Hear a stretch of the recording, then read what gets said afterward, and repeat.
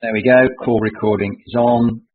So that should record this webinar, and then we'll set it up. So we've got quite a good few numbers on board at the moment. So I think we'll start to kick off. So really, what we're doing here is this is a suite of webinars. This is actually our 6th webinar on the issue of RegTech. We're a Engage Insights or a research and development consultancy, and we really focus on direction of travel of the industry from a compliance, a business and people development perspective, and we built our own RegTech platform, which initially was a FinTech business diagnostic platform, but I'll go through a little bit about the history of what we've done towards the end of today, because today is more of a generic introduction of what RegTech's all about. Again, just a bit of housekeeping for you. Hopefully you can all see this. This should replicate really what you're seeing to a certain degree, and making sure that you're all on and that you can all hear me. At the top of the screen, what you should be able to see is the icon here, which is effectively your opportunity to ask questions as we go through. Please feel free to do that. And make sure you've turned on your computer audio and all that's working. So as we move through to the next slide, meet your hosts. It's myself and Adam Owen today. I'm the founder and managing director of Engage Insights. I've been focused on wealth management now in the industry for seems a long time, since 1990, both in the UK and internationally. And I came up with the idea of building a RegTech platform a few years back, which has kind of morphed into what is now Model Office, which was launched at Finovate in London in February. And I'll be talking about fairly generic journey, if you like, of what RegTech is, where it's going and how it's doing, and where it could go into the future. Adam is one of our board associates, and he's very much focused on the regulatory compliance and technical learning areas. And Adam will really be honing down into some key regulatory issues that RegTech can help and support your firm as you move forward.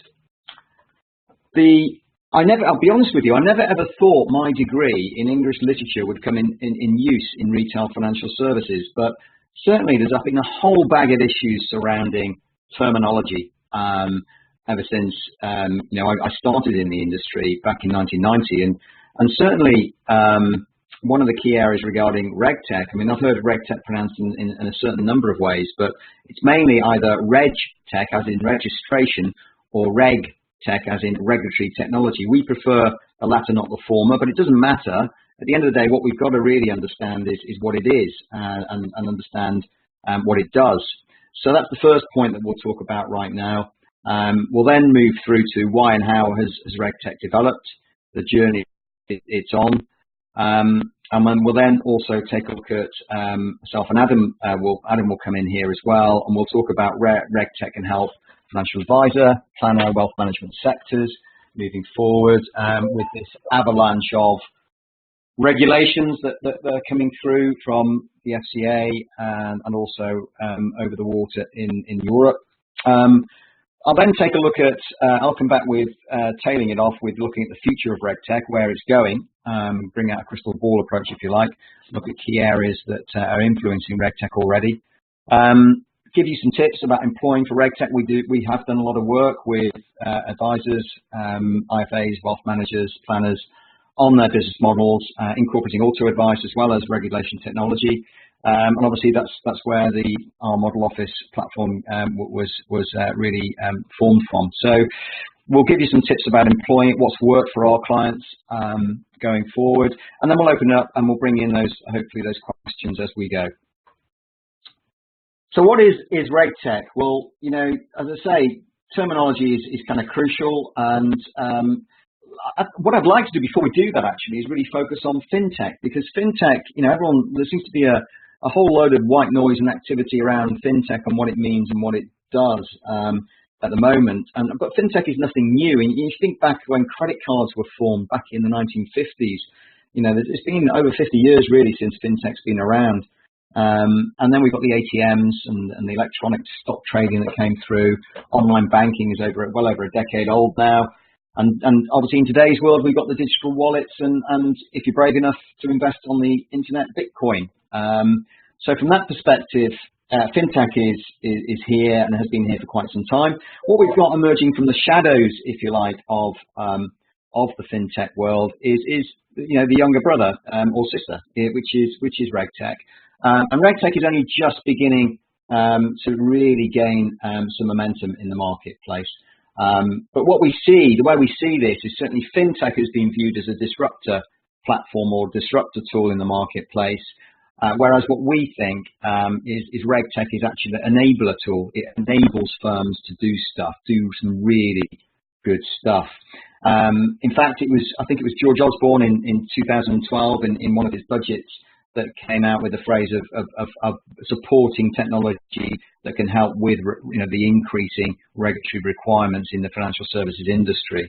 So RegTech has only been around really for a couple of years. It started to gain great momentum, which we think is good news for the industry. So the FCA came out with their terminology or their view, which was RegTech is a subset of the FinTech that focuses on technology that may facilitate the delivery of regulatory requirements more efficiently and effectively than existing capabilities.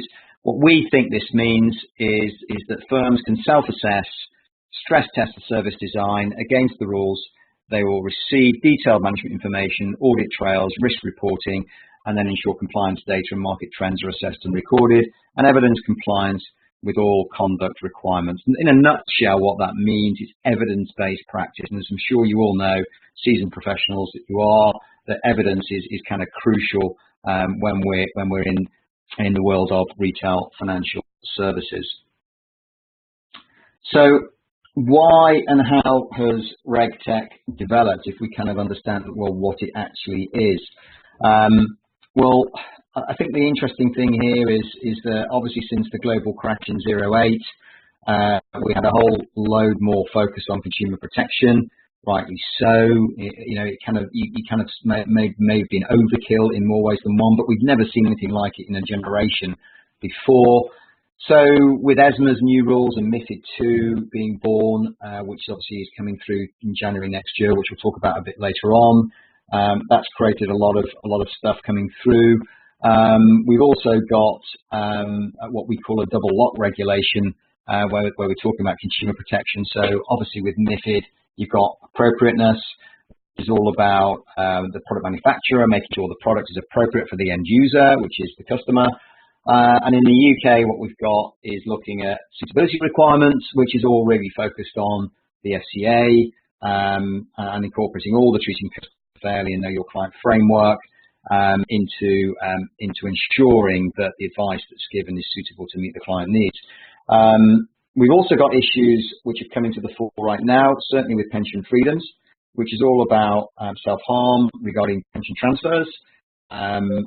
Risk, investment risks are all very much to the fore, and anti-money laundering, aggregated crime data, politically exposed people, etc., etc. So there's lots of stuff there that certainly regulation and technology can start to focus on.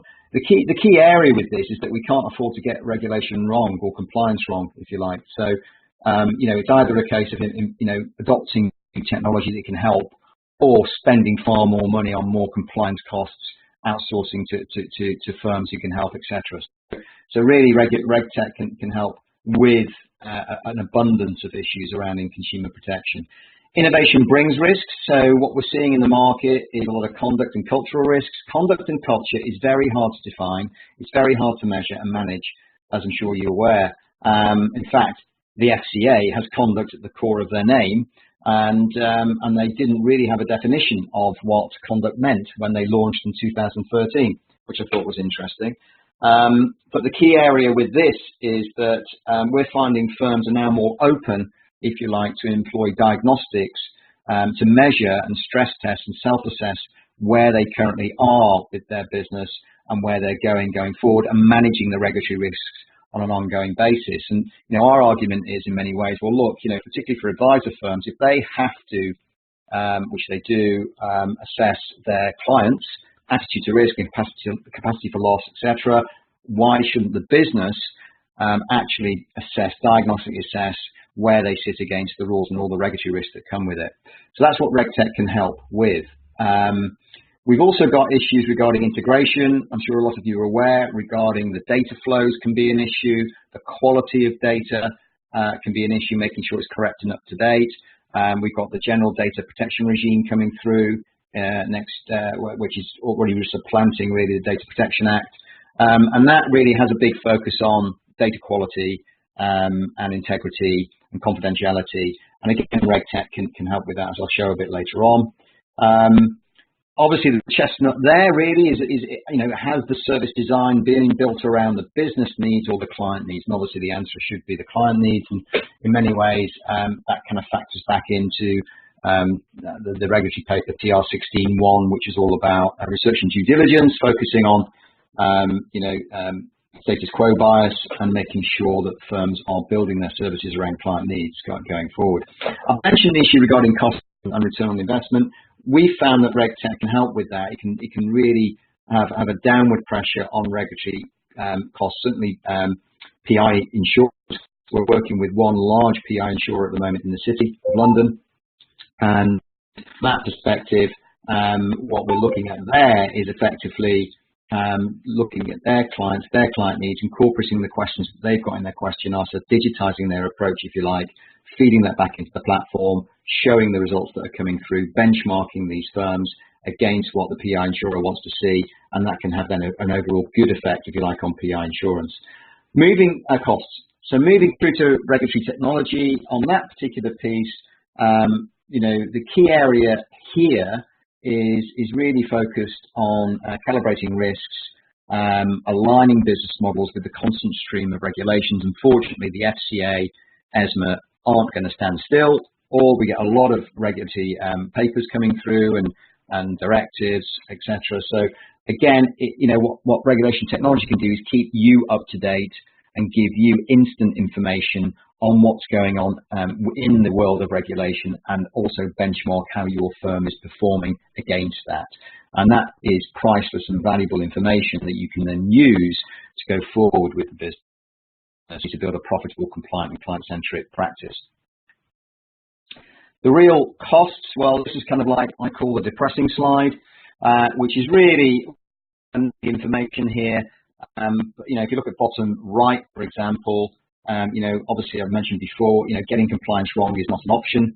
A lot of fines are in the poor due diligence area, and that can be easily rectified by systems and controls, by employing regulation technology to flag up key issues that are going on in the business, improved reporting to the regulator. So that we have got a good relationship with the RegTech team and the FCA. And they've got a great initiative at the moment called Tech Sprint, which is in a lot of technology companies to take a look at how they can improve regulatory reporting, for example, in one particular area. And Gabriel, those financial advisors on the webinar today will understand what Gabriel is, which is their reporting system into the regulator. And our argument is that Gabriel probably isn't fit for purpose anymore, needs to be updated, and a whole lot more can be done with that information that's gathered, and is the right information being gathered to make sure that firms are moving forward in the right way. On that slide as well, 6 million UK consumers cannot or will not pay for advice. Well, we've got the Financial Advice Market Review coming through, which is putting a lot more directive around how we can enable these potential consumers, customers to actually engage in financial planning. That will bring in new propositions. That will bring in certainly robo-advice, advice or auto-advice. And again, there's a whole heap of stuff that needs to be done around the regulatory piece around that as well to make sure those propositions are fit for purpose. This is a bit of a whirlwind tour, if you like, bringing you up to date of where regulation is today. And how it can improve performance across many sectors. So regulation actually, RegTech, should I say, isn't just involved in financial services. As you can see here, it's government legislation, healthcare, vendor risk, information security. And for those of you who've got eagle eyes, bottom right, into the drugs, into cannabis. So cannabis industry actually employs regulation technology for efficiencies of scale and really to deep dive at regulating it properly. So that's kind of an interesting process, and an interesting map. And all the information that we'll provide here on this webinar, we give you an appendix at the end with all the links, which you can then access all these papers. Moving in a more focused manner, what we're looking at here really is a segmented approach, if you like, or categories of where RegTech lives and the providers at the moment in Europe, America, and United Kingdom. And it focuses on 4 key areas: KYC, AML, anti-fraud, risk management, compliance, and data management reporting. Some solutions for you, some examples of what's out there that we're seeing, what is good out there. Well, cybernetics are certainly riding the wave of interest in using technology. They're really involved in helping financial services industry meet the tsunami of regulations that are coming through. And really, they are very much focused on biometrics, which effectively means flagging up the heart rate, monitoring the heart rate or perspiration rate of their traders, looking at flagging up suspicious trading, for example, suspicious activity, learning how traders' personality interacts with their day job. And that is actually happening right here, right now. A lot of people think that all this is for the future. Well, no, it's actually, it's being born, it's being used in wealth management as we speak. Data aggregation is another one. Startup company called Suede, which was founded a couple of years ago by a Barclays trader, Diane Paredes, and an ex-Nomura banker, Mara. And that with the latest prudential requirements. Customer ID is a big one, so there's a big impetus around digital passports. It's really easy to go and get a credit card or a personal loan online, yet it's really hard to open an ISA account. Why is that? We're a debtor economy, and we need to flip it to a saver economy. So customer ID, speeding up the process of signing up new bank customers, making it more user-friendly. That's a big initiative that's coming through at the moment. Areas where RegTech can help. Well, one of the big things that we've got is we do have an avalanche of regulatory directives coming through and papers coming through. Certainly of late, I'm sure you've seen all the regulatory papers coming through, like the MiFID II and pension transfer papers, etc. And we had in May Suitability review and far more. And the key area here is that what regulation can do is allow firms who need to understand these papers, make sense of them quite easily, and give them the instant information that these papers are producing. So what our platform does is it takes the golden nuggets, we call them, from these individual papers, because they all have what good looks like or good outcomes.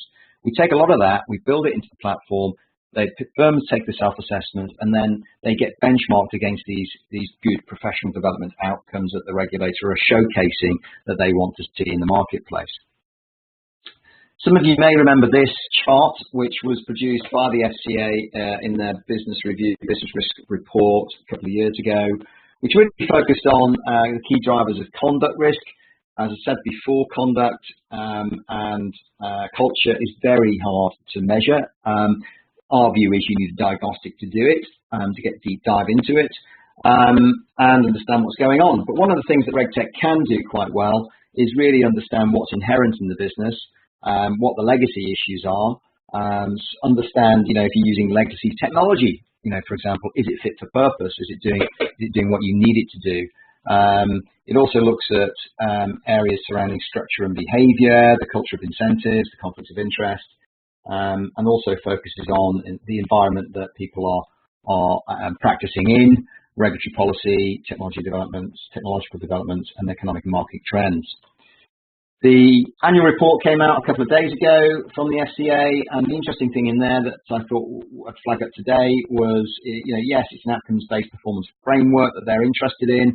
RegTech can factor that in, allow you to explore in a, it's like creating, what RegTech can do is create a safe harbor, if you like, a bit like the sandbox team at the FCA, where you can go and play in an environment and understand how well you're doing against the rules without the fear of getting, wrapped across the knuckles, so to speak. So from that perspective, they focused on many areas. One of them I thought was interesting was looking at anti-money laundering.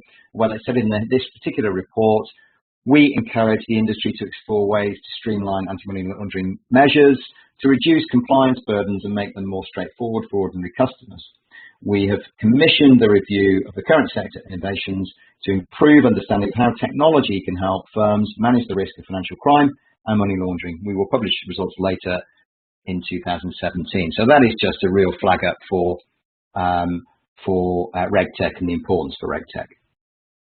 Conduct risk, as I mentioned, the FCA really didn't have a firm definition. The chart that you can see at the top takes a look at all the key areas that are involved, as we see it, in conduct risk. It was certainly Tracy McDermott, the acting head of the FCA at the time, who gave a really good speech to the DBA, British Bankers Association, in 2015, and gave kind of 5 questions about what conduct risk definition could be. And the first question: do you identify the conduct risks inherent in the business? Who is responsible for managing the conduct of the business? What support mechanisms do you have to enable people to improve the conduct?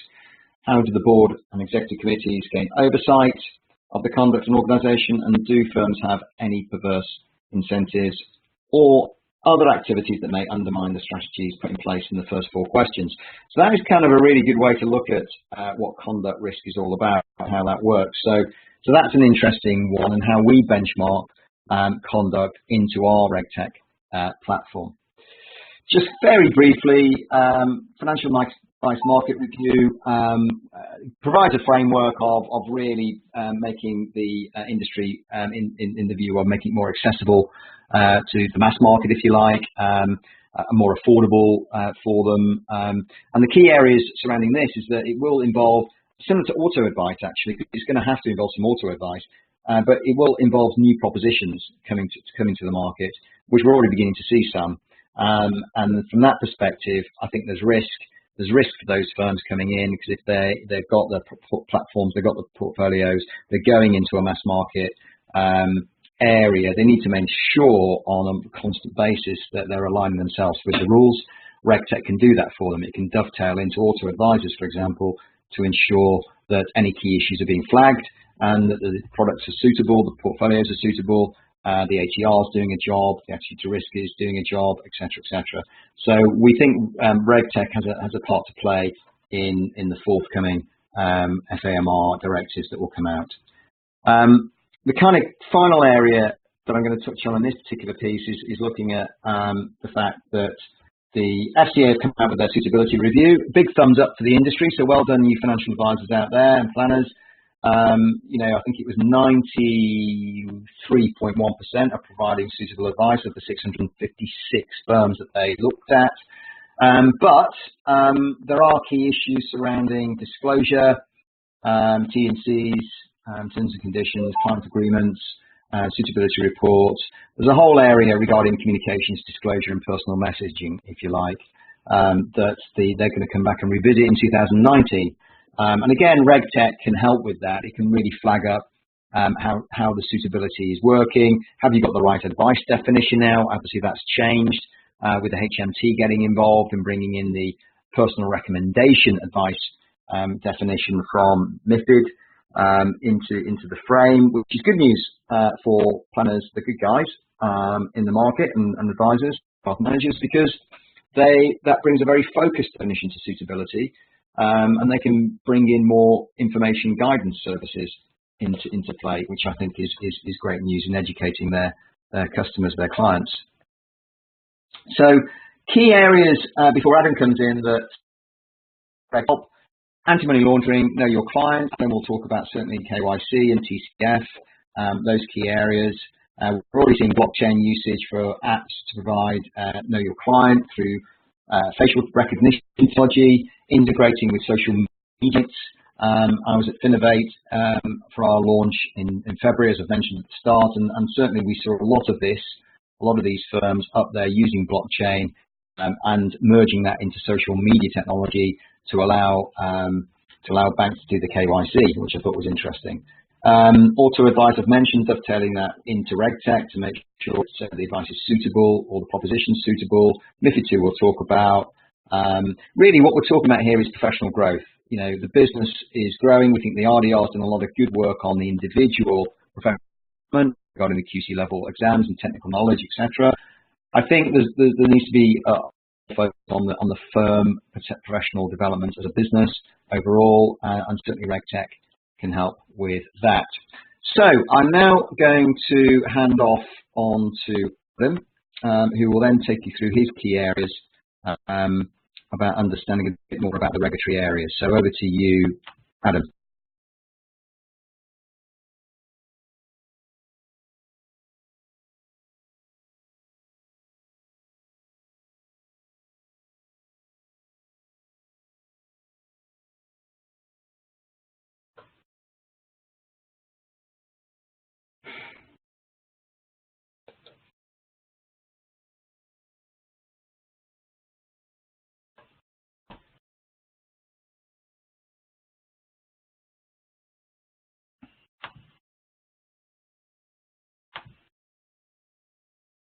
Hi there. Sorry about that. I've switched it over to Adam, and I don't know, I couldn't hear him at all. So I'm going to try again. We'll switch it back over to Adam. We tested this morning, and it worked perfectly. So let me try again. Over to you, Adam.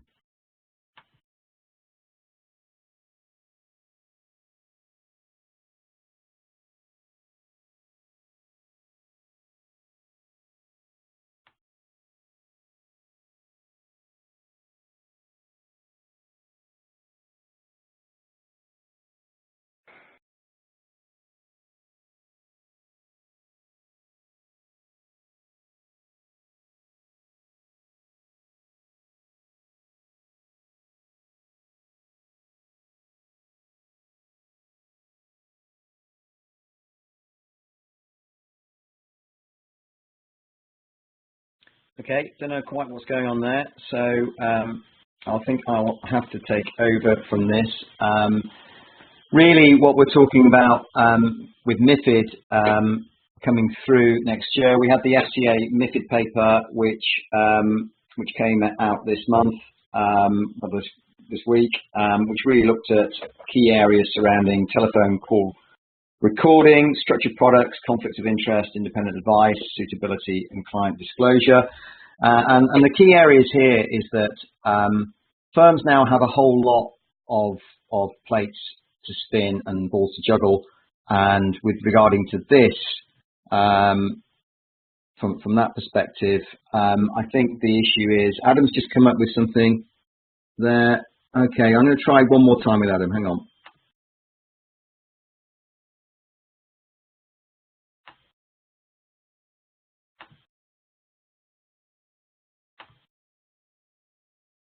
Hi, Adam.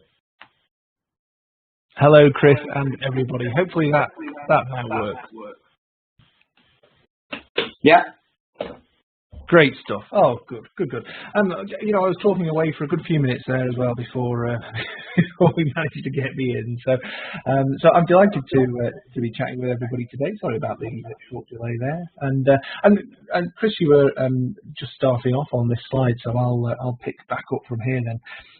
What I wanted to cover for a few moments was really to look at some old regulatory things, the golden oldies as it were, and consider how, even though they're still relevant, RegTech is impacting on those a little, and also look at some new stuff. And one of the most recent things that will be on everybody's minds will be MiFID and the MiFID early warnings, that have now, of course, in this last week become final guidance paper for MiFID. And I don't know if anyone's had a chance to have a look at the 524 pages of the MiFID final guidance paper, but it's a long one, but there's some interesting stuff in there. To advisors and planners in the first instance, and something that has been covered very heavily in the press, of course, is telephone call recording. And we've now got clear details in terms of what's required.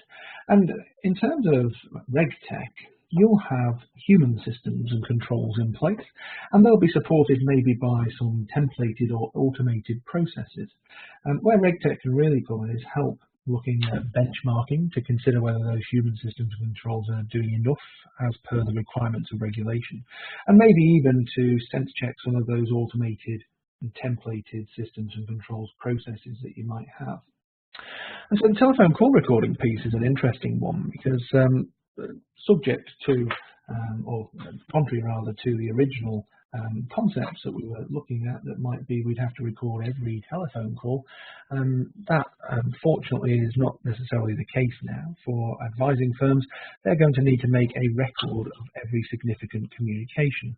But the regulator has now given us some more detail of that. So the date and time of the meeting, the location of the meeting, the identity of the attendees, the initiator of the meeting, and any relevant information that caused the client to actually take any advice or any updates that were given to the client. But it's not just simply a case of making those recordings. The regulator is also looking to capture the main points of the conversation. Again, it's all about measuring what is relevant, and RegTech benchmarking will certainly help with that. There are other elements in the MiFID II paper that will come under full independence rules. So structured products, for example, will be there. But the independence requirement in terms of research is going to be softened slightly. So whereas before we had the previous independence rules, of course now we're going to be looking at a slightly less stringent requirement in independence and looking at a significant enough part of the market. Of course, for many firms, the requirement for research won't change a great deal in relation to that because these things tend to go into effect in terms of regulation, but most firms where the rules have been softened slightly would stick to their current standards whilst awaiting further guidance from the regulator once the regulator's had a chance to go out into the field and assess how firms are reacting. So sometimes, definitely if there's an increase in the requirements, then jumping to it quickly is important. So anything that increases the regulatory requirements, then firms should be looking at doing straight away on the 3rd of January, regulating to MiFID 2018. But anything that softens them slightly, I think we'd normally look to hang fire and see what the regulator says, unless there's a significant either benefit to the client from the softening or a huge cost saving to the firm. But for most of the elements of MiFID, the regulators assess the cost implications to be relatively light.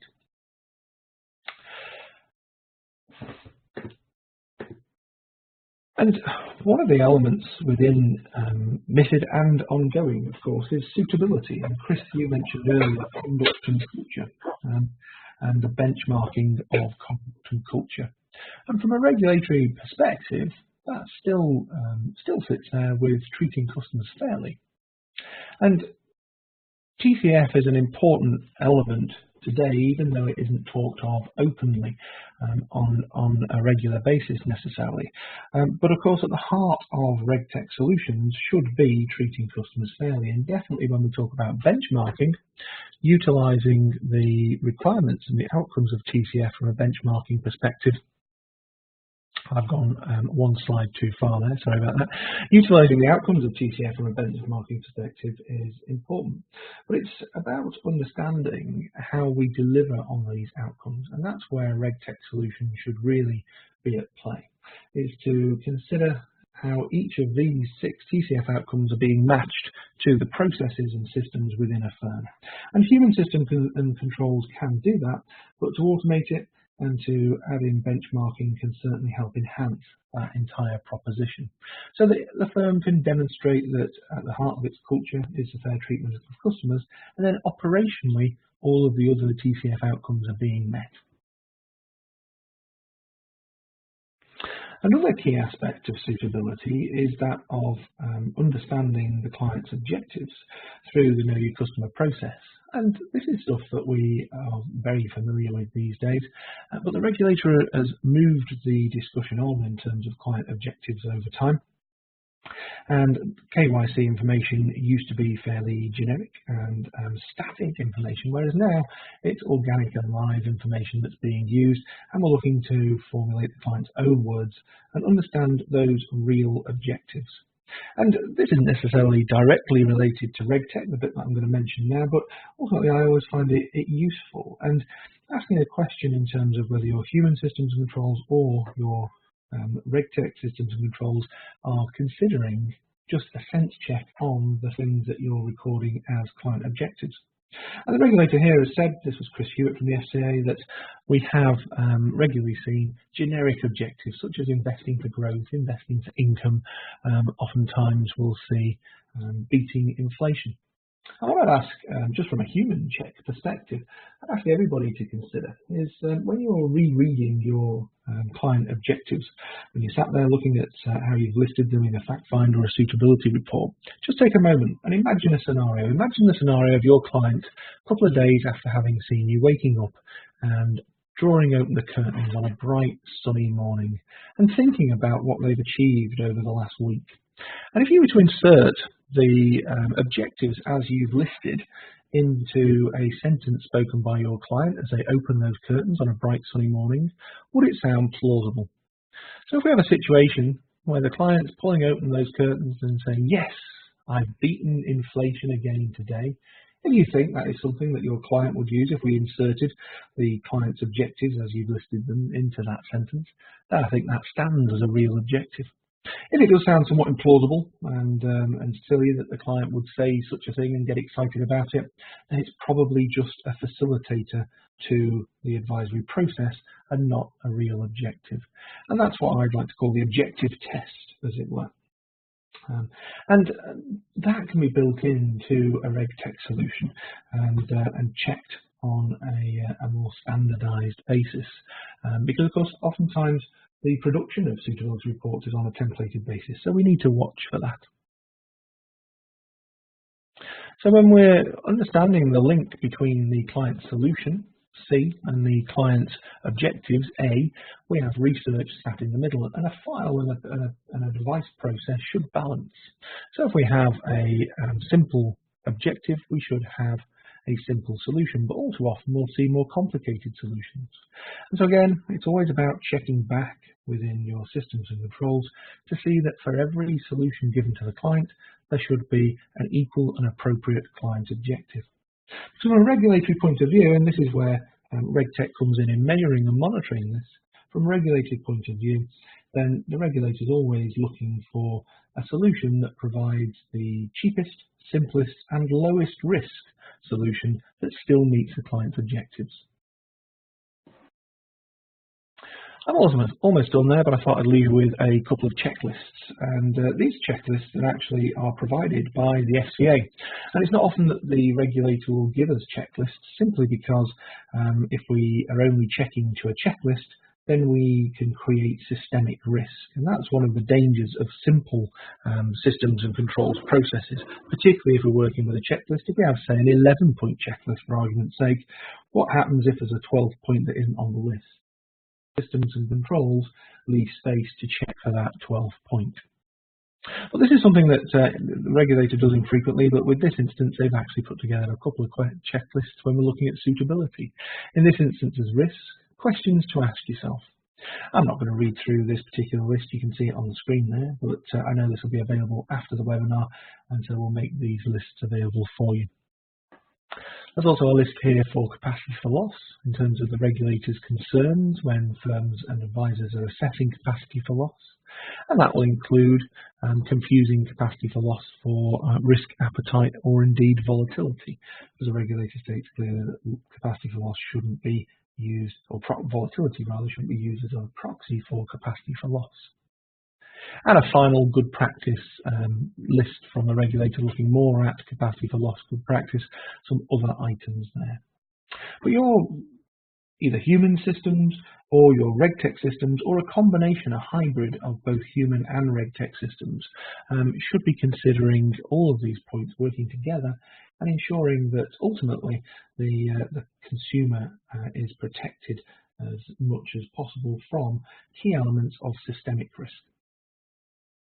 I think that's me done there, Chris, so I will hopefully smoothly hand back over to you.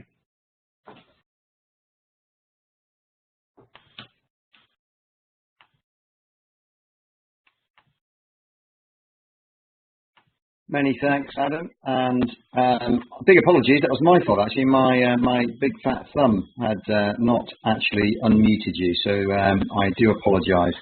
Okay, so we're now kind of going to finish off. Just going to reiterate some of what Adam's talked about there regarding how RegTech can help your firm meet the regulatory requirements. As Adam said, we have the final guidance from the paper from the FCA this week on MiFID II, and what we've done is reg-rated MiFID II. Unfortunately, there's not a lot of green at the moment, but there's certainly the key areas that advisory wealth management firms really need to take into account now are factored into our RegTech platform, and it really takes a look at key areas concerning, as Adam has mentioned, disclosure information for clients, anti-money laundering, aggregated financial crime data issues, looking at all the way through from advice, sufficient range and personal recommendation, which is the new MiFID, is the new HMT definition that's being pulled through around MiFID. Suitability, Adam mentioned, won't go through that, but again, that's all factored in. Appropriateness of product governance. Complex products is a big one, and what is and what isn't a complex product is a big up for debate at the moment, with the FCA not really coming down on either side of the fence. Certainly, exchange-traded funds and the like are moving towards the complex. So again, that has a direct effect on propositions and how they're being formed and used and advised going forward with client communication recording. The most important thing with that is it has to be used in a uniform way across the business to make sure that all client comms are being recorded in a comparable way. So MiFID II is certainly a conundrum, and that will carry on rolling on indefinitely, in our opinion. We also want to benchmark against other key areas that firms are involved in. So this is just some examples of where we focus on. Specialist services are really looking at pension transfers, and obviously the paper that came out from the regulator recently was looking at appropriate pension transfer analysis and what that means. Structured products, long-term care, equity release, any specialist services that are offered, making sure that that proposition is watertight from a regulatory position. You've got the senior management certification regime coming through, which is all about roles, responsibilities. Do you have the right people in the right roles with the right skills? Documented responsibilities, looking at the ethics and the culture again, all needs to be factored in. Looking at the general data protection regime, all about the lawfulness of you handling that data, gaining informed consent from the clients, as well as suitability, where you have to gain informed consent. It also applies to managing their data. What you're using it for is obviously important, giving them consent to opt in and opt out, making sure that the quality is good and the integrity of the data is good and the confidentiality is watertight. Anti-money laundering, we've kind of talked about. The other thing to mention as well is that what we've done with Model Office is also factored in the research, the ongoing research, the 5-year research that we've done in the market on over 600 wealth manager and advisor planner firms now. And what Model Office will also do is score, give you a benchmark, if you like, how you're doing against the best in the market that we see in the market, who are meeting all the rules and regulations. And then, as well as looking at how you're doing against the regulatory papers and the directives. And what that does, it gives you kind of like a gamification approach, using a management speak for a little while, but really that's focused on giving you a benchmark and then giving you what Model Office will do is give you strategies and steers about how to improve your scores on an ongoing basis to ensure you're keeping up and you're at the very cutting edge of your field, of your profession. Bit of a crystal ball moment now, really focused on where next and what's coming down the line. Well, obviously with Sandbox and TechSprint I've talked about. TechSprint is really interesting. That is the RegTech team really coming together and looking at collaboration between firms in the marketplace about what the latest industry challenges are. They had a one that I attended, which was presenting on how to interpret the FCA handbook. And there was one particular team, I think comprised of Swiss Re, and they were interesting because they actually came out with a chatbot which they called Reg, for obvious reasons. They basically looked at how Reg could give you guidance around your permissions and how to gain any more permissions or how to get regulated in the first place. So that was kind of an interesting one. Blockchain, I've mentioned before, which really is all about distribution ledgers and allowing information to flow more freely. That's going to be really interesting with PSD2, which is enforcing banks, if you like, to share data and share information. And there's lots of new innovation coming through there. Biometrics I've talked about. Inbuilt compliance, really with RegTech, we're seeing some firms, particularly banks. I mean, if you look at the amount of money that's being spent on RegTech at the moment, it's around about 2.3 billion, 2.7 billion so far. That is estimated to be as much as 120 billion by 2021.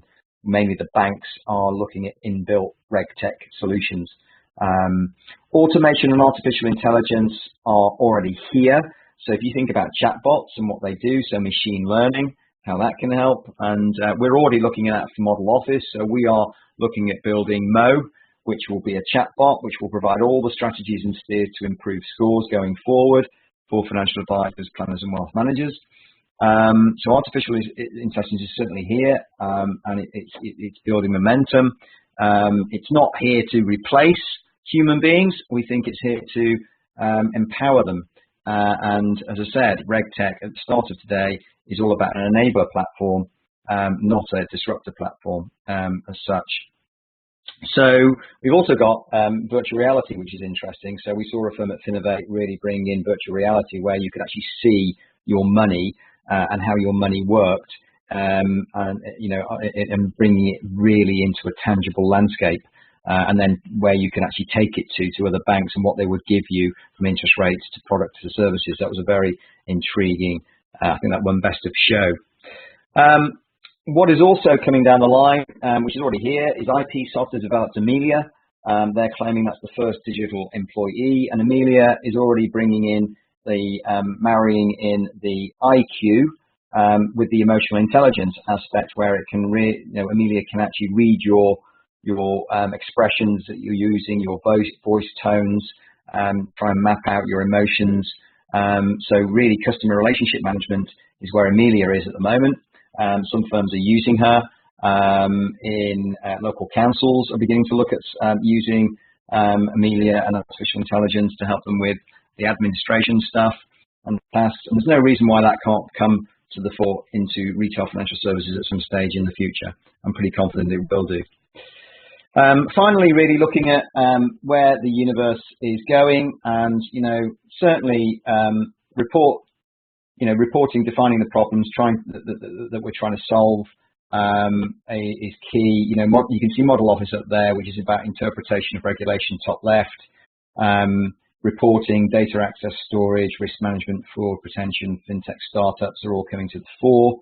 And really, it's again very important to take a look at RegTech as an enabler platform. It's not here to replace, for example, compliance firms you may be using in business. It can certainly add more value and give more instant data and save time and money. Tips for using RegTech going forward. Well, this is certainly what our clients have seen. It helps them with the strategy, compliance and regulatory strategy for human and technology intervention. So it's giving them more management information, more clear direction of travel, about where they're going, about their systems and controls, about how they're using legacy systems. Do they need to upgrade to new systems? Gives them governance, four eyes approach, and helps them with all the compliance issues there. It gives them lots of time, costs and benefits, and de-risking as well, because it can actually look at the model and think, actually, do I really need to use these particular services anymore? Are they fit for purpose? Are they offering value going forward? Certainly RegTech can give firms far more clear direction of travel of how far they've come, and also where they're going. Because we believe what RegTech should really do is answer the so what question. Okay, well, I kind of know where I am. I know where I am with the rules, and the biggest problem with the industry is that regulation can be too much of a tick box or checklist mentality. What we want to do is get away from that and produce more of a strategic approach to say, well, okay, I know where I am, but what do I need to do to get to where I really want to be with the business, whether they're selling the businesses or building it as a lifestyle business and so forth. That is kind of crucial as we build. So this is the model office interface. Next week on Friday, we'll be producing our final webinar before we break for the summer recess, so to speak. And that will be an introduction to model office, taking around the platform and understanding how it works and what it does.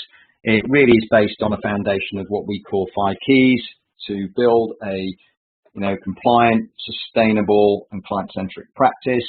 And those 5 keys are all based around our 5-year research in the market and really takes a deep dive look at where you are and how you can benchmark against those keys, and then produce steers and strategies about what to do next, and most importantly, give you a load of resource in the form of a strategic plan and a balanced scorecard, so you can take that away and start to do good stuff with the business going forward. So just to finalize, the appendix is here. You're going to get a copy of all these slides. All the URL links are there to all the information that we've referenced. You'll see in there, Model Office, we have a blog. Please go onto that and you can sign up for it. And we put all, we blog on RegTech weekly on key issues and key updates. So we're going through a whole round of updating on the platform at the moment with all the regulatory papers. So you can guess what I'll be doing over the summer. But we've got a lot of stuff going on at Model Office, so that's all good. Our friends at the bottom, the RegTech Forum, have a great network of RegTech providers in London. They've just gone into Europe as well, and that started in January. It's the first RegTech Forum in the UK. We were members right from the start, and I can highly recommend it if you're very interested in this particular area. Come along to a network in London, sign up for it through the Meetup app, and come and meet some like-minded people. Finally, questions and answers.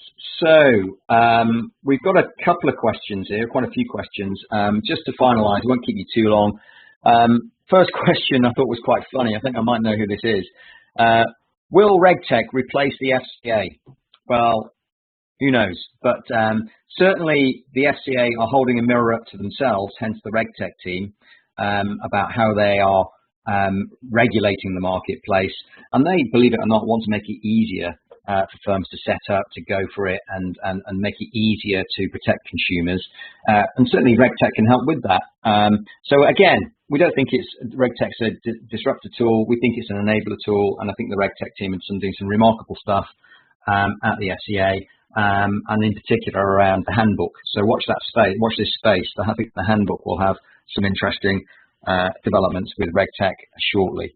Can we employ RegTech and ditch our compliance firm? Well, again, no, it's not a disruptor tool. We're working with a lot of advisor firms and planners and wealth managers with our RegTech platform, and it's there to add value to the compliance, and it's there to give you more instantaneous data, if you like, on where you sit and you stand. What we are finding is firms are using it also as a strategic management tool. So, for example, they'll hold a board meeting, they'll bring the results to the board meeting, and they'll have a compare and contrast section on whoever's taken the test or the assessment going forward.